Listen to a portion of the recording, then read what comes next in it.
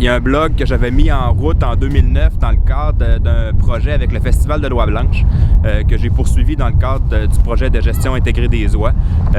On alimente présentement une carte interactive aussi sur les principaux dortoirs de la région avec les inventaires que je fais 2 à 3 fois par semaine. Comme tout blog, les gens peuvent commenter les messages que je fais. Les gens commentent très peu, c'est un peu décevant de ce côté-là, mais les gens peuvent le faire s'ils le désirent, s'ils font de belles observations, ils peuvent très bien commenter mes observations. Il y a un réseau un peu similaire du côté des baleines. Il y a des gens distribués tout le long de la côte de l'estuaire du Saint-Laurent puis du moyen estuaire qui se communiquent les informations au niveau de l'observation des baleines. C'est quelque chose qui pourrait être un genre de réseautage qui pourrait s'établir dans la région.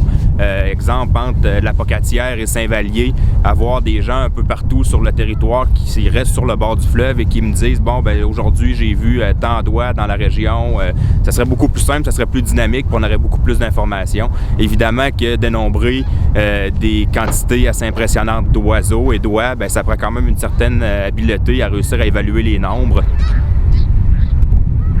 La façon de commencer, c'est de prendre des petits nombres, d'en calculer 5, 10, de grimper notre groupe à 100. Lorsqu'on a compté environ une centaine d'individus, on est capable d'évaluer la superficie que couvre cette centaine d'individus-là. Après ça, on est capable d'extrapoler puis de se rendre à 1000 individus avec une précision assez bonne. Un coup qu'on est rendu à 1000 individus, ben là, on peut se rendre à 10, 15, 20 000 en extrapolant avec la grosseur que peut occuper 1000 oies sur un territoire.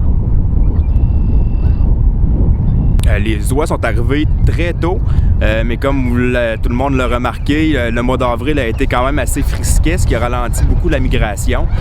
Mais depuis environ une bonne semaine ou deux, là, entre Saint-Vallier et Cap-Saint-Ignace, on a de très bons rassemblements présentement. Les 3 premières semaines de mai, à tous les printemps, c'est la période où on a le maximum d'oiseaux, d'oies blanches dans la région. Ils nous annoncent des vents du sud, peut-être en début de semaine prochaine, donc ça risque de pousser les derniers migrateurs qui pourraient rester dans le centre du Québec, les pousser vers notre région avant leur départ pour l'Arctique.